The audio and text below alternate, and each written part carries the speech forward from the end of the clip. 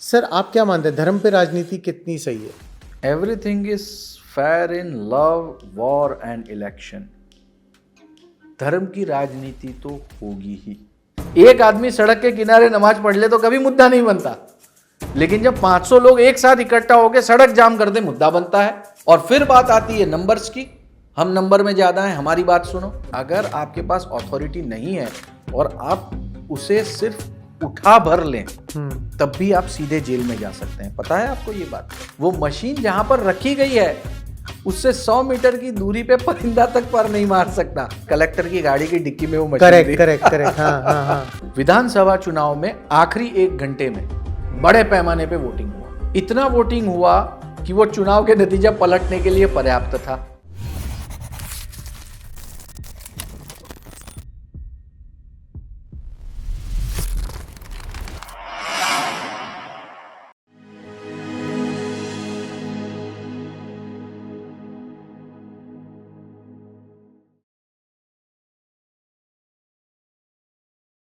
स्वरा ने और कई लोगों ने एक आवाज उठाई कि मशीन 99% चार्ज थी। उसके बारे में थोड़ा सा बताइए ऑडियंस को और सबको कि वो क्या सिस्टम होता है।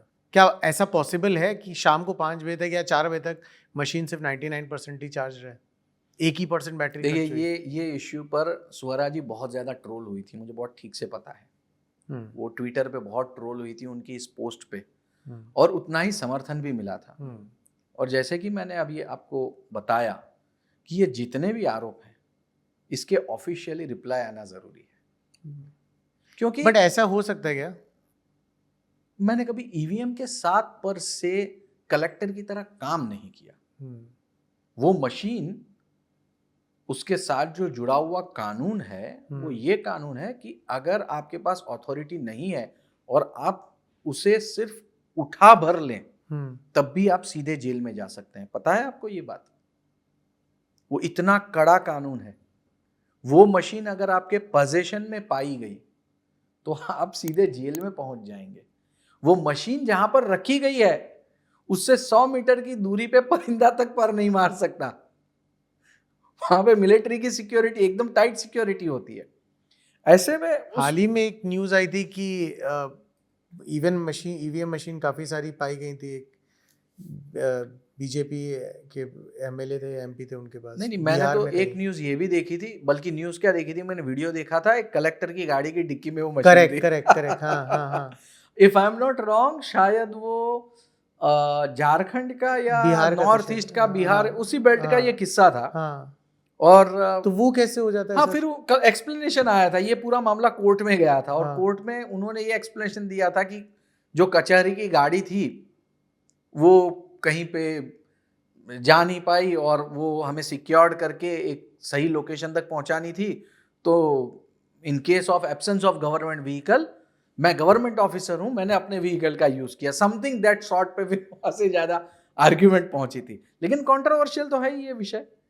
आप अगर कानून ये कहता है कि भाई गवर्नमेंट के व्हीकल में ही ये मशीन आगे ट्रांसपोर्ट हो सकती है तो प्राइवेट व्हीकल में कैसे जा सकता है?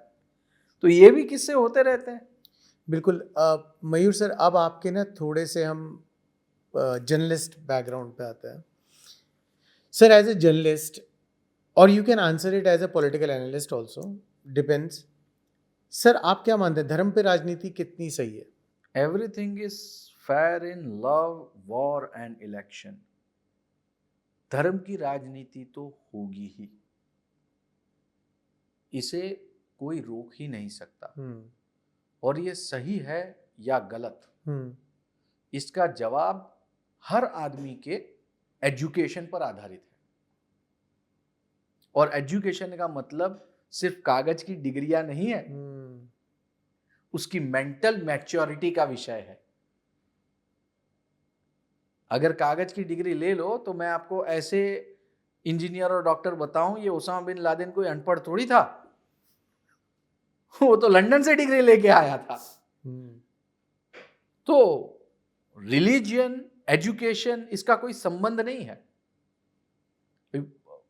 जो लेफ्टिस्ट विचारधारा है वहां तो ये बिल्कुल साफ शब्दों में बताया जाता है कि religion is dangerous than opium. What is opium? अफीम। अच्छा। अफीम जितना आपको अफेक्ट करता है उससे ज्यादा है धार्मिक प्रचार अफेक्ट करता है। रोज सुबह को उठ के आप तुलसी जी को पानी डालने के लिए खड़े हो जाते हैं। बट वो बहुत निजी है। वो बहुत निजी है, लेकिन जब निजी लोग एक साथ एक नंबर में आ जाते हैं तो तो वो मूवमेंट बन जाती है। फिर आप उसको कैसे रोकोगे? यही तो मुद्दा है। एक आदमी सड़क के किनारे नमाज पढ़ ले तो कभी मुद्दा नहीं बनता, लेकिन जब 500 लोग एक साथ इकट्ठा होकर सड़क जाम कर दे मुद्दा बनता है।